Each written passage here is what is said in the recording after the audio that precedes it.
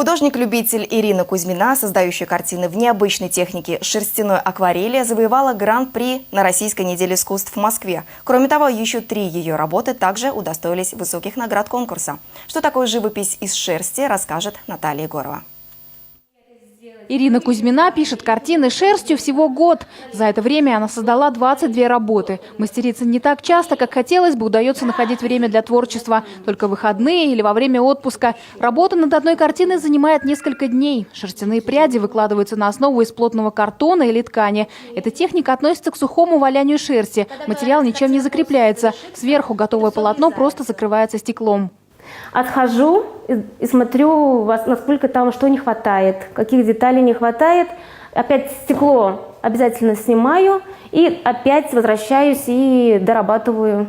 Это почти ювелирная работа. Такая техника создания картин появилась недавно, но уже обрела своих поклонников. Шерсть нужно выкладывать слоями, используя разные цвета, так же как художник смешивает краски в палитре.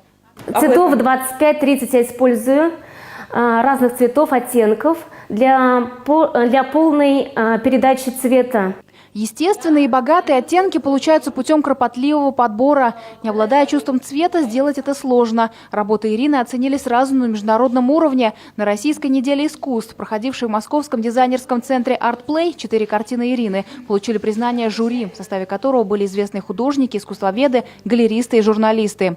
Гран-при завоевала картина «Двое». Другие творения «Доберман и осень», «Березки» и «Большой город» получили 1-е, 2-е и 3-е места. Когда я из дома уезжала в Москву, я сказала маме, что я займу 1-е место. Я почему-то была уверена, потому что шерстью это очень необычная техника, она новая. И многие даже художники не представляют, как вообще можно делать картины шерсти.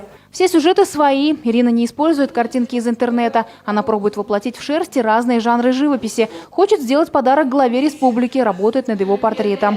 Из нового – картина с младенцем на папиной руке. Подобные работы она планирует подарить перинатальному центру. Наталья Егорова, Владимир Синдеев, Вести Чувашия.